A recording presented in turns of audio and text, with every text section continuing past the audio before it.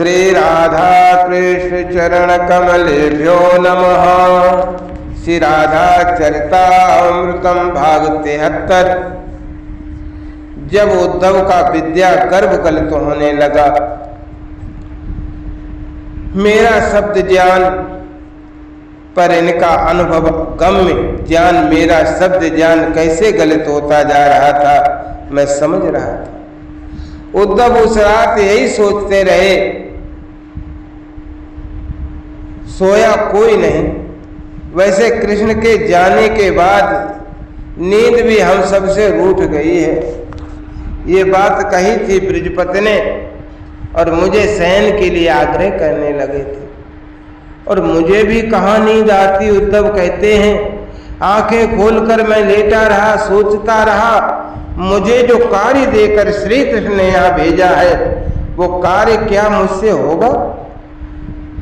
समझाना उद्धव, श्री कृष्ण ने कहा था समझाना मेरे माता पिता को, इनको समझाऊं तो क्या समझाऊं, जिनको क्षण क्षण में भावावेश आ जाता है, प्रेम के सागर में जो डूबते और उबरते हैं, इनको मैं कैसे समझाऊं। सुनिए सुनिए ना। उद्धव का ध्यान उधर गया, उठकर बैठ गए। मैया यशोदा बृजपति से कुछ कह रही थी। कितना समय हो गया होगा, ब्रह्म मुहूर्त होने वाला है, पर अभी समय है, मैं स्नान कर लेती हूं, फिर माखन भी तो निकालना है। ये कहते हुए बेचारी मैया उठी। बैठो ना यशोदा, अभी स्नान करके क्या करोगी, अभी रात ही है। नहीं, आज मेरा लाला आएगा, और आएगा तो आते ही माखन मांगेगा, तब मैं क्या करूंगी, क्या दूंगी उसे। ओह, उद्धव ने जब ये सुना सोचने लगे, इनको समझाऊं, इनको कौन समझाए, कैसे समझाऊं। हंसी आई उद्धव को। मैं इन मूर्तमती ममता को क्या क्या ध्यान दे रहा था, पर ये भी इनकी करुणा ही है, मेरे ऊपर के मुझ जैसों को सुन लेती हैं। नहीं नहीं, मुझे तो लगता है कि मैं जब बोलता हूँ तब वो अपलक मुझे देखती रहती हैं। ओ, अब समझ आया। मैं खुश हो रहा था कि ध्यान से मुझे सुन रही हैं, पर नहीं, वो मुझे सुनती नहीं, वो तो मुझ में अपना लाला देखने का प्रयास करती है। मुझे देखते हुए वो अपने लाला के चिंतन में खो जाती हैं। उद्धव यही सब विचार कर रहे हैं।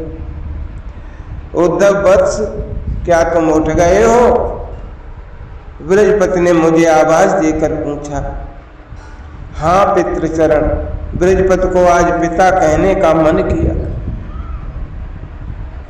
पिता ही तो है, मेरे शायद पिता से भी बढ़कर मेरे श्री कृष्ण के पिता है। मेरे लिए तो सर्वाधिक आदरणीय व्यक्तित्व है। क्या यमुना स्नान को चलोगे? बृजपति मुझे अपने साथ यमुना स्नान को ले जाना चाह रहे थे, पर मुझे आज एकाकी जाना था, क्योंकि गोपियों से विशेष मिलने के लिए कहा था। तो श्री कृष्ण ने मुझसे और हाँ मेरी प्रिया से भी मिलना, अपनी प्रिया श्री राधा का नाम लेते ही कैसे भाव विभोर हो गए थे मेरे कृष्ण। मुझे उनसे भी मिलना है, विशेष मिलना है। ऐसा विचार करते हुए, हे पितृचरण आप जाएं, मैं आनंद से वृंदावन की शोभा देखते हुए जाऊंगा, और मुझे कृष्ण सखाओं से भी तो भेंट करनी। उद्धव ने जब ये कहा तब हाँ तुम्हें जैसा रुचे, बस मैं जाता हूँ, तो आराम से उठो और स्नान करने जाओ। आप भी ना। वो मैया यशोदा फिर बाहर आ गई थी। आप जाइए ना, स्नान करके आइए, इन बालकों को क्यों जल्दी उठा देते हैं आप। उद्धव कन्हई को भी ये यमुना ले जाते थे, जल्दी उठा देते थे। तू सो जा उद्धव, तू सो जा। इतना कहकर मैया यशोदा फिर गई। अब मुझे आवाज आ रही थी दधि मंथन करने की। बस तुम छोटे हो, यशोदा ठीक कहती है, तुम सो जाओ अभी। इतना कहकर ब्रज पर चले गए थे। उठे उद्धव सोए कहाँ थे, बस लेटे थे। मन में विचार आया सूर्योदय से पूर्व का वृंदावन दर्शन किया जाए, वो दिव्य होगा, ऐसा विचार करके चल दिए थे उद्धव। ब्रजवासियों के घरों में घी के दिए अभी भी जल रहे थे। रात्रि के जलाए दिए अभी तक बुझे नहीं थे। दधिमंथन शुरू हो रहा था। प्रत्येक घरों में दधिमंथन के समय गोपियों की चूड़ियों की मधुर आवाज आ रही थी।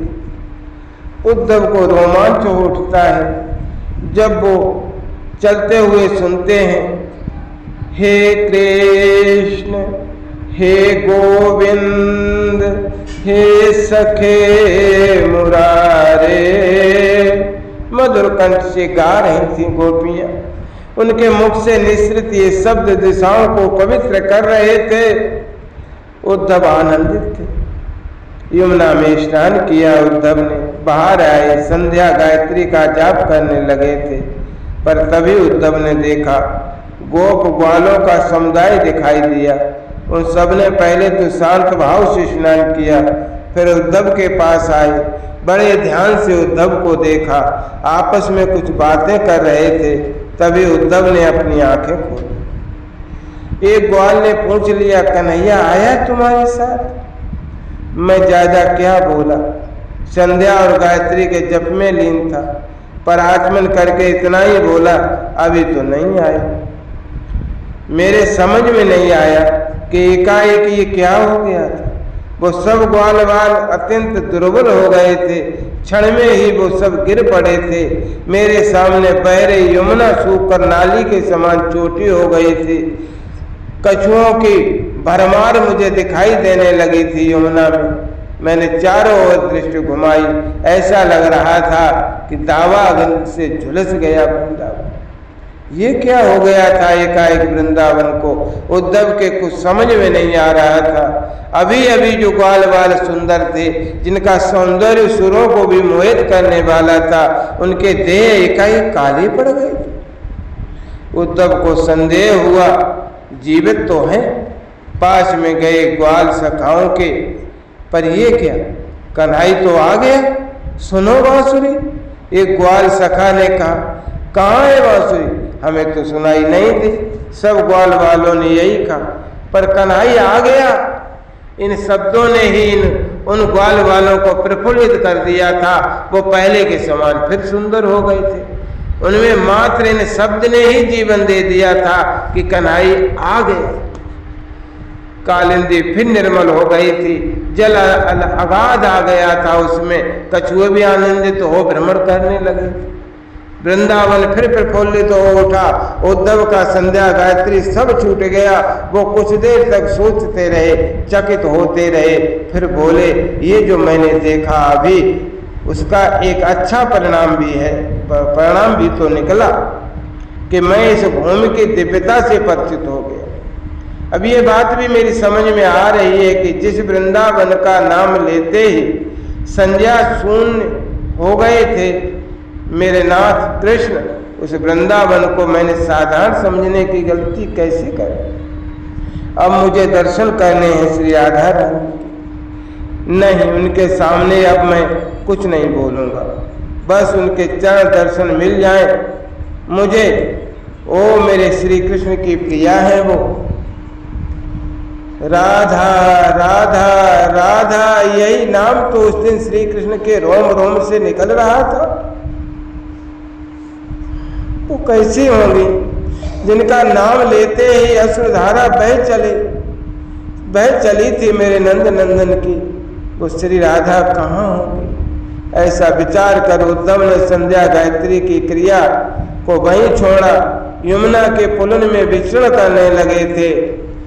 जय राधा राधा, जय राधा जय श्री राधा। जय कृष्णा कृष्णा, जय कृष्णा जय श्री कृष्णा।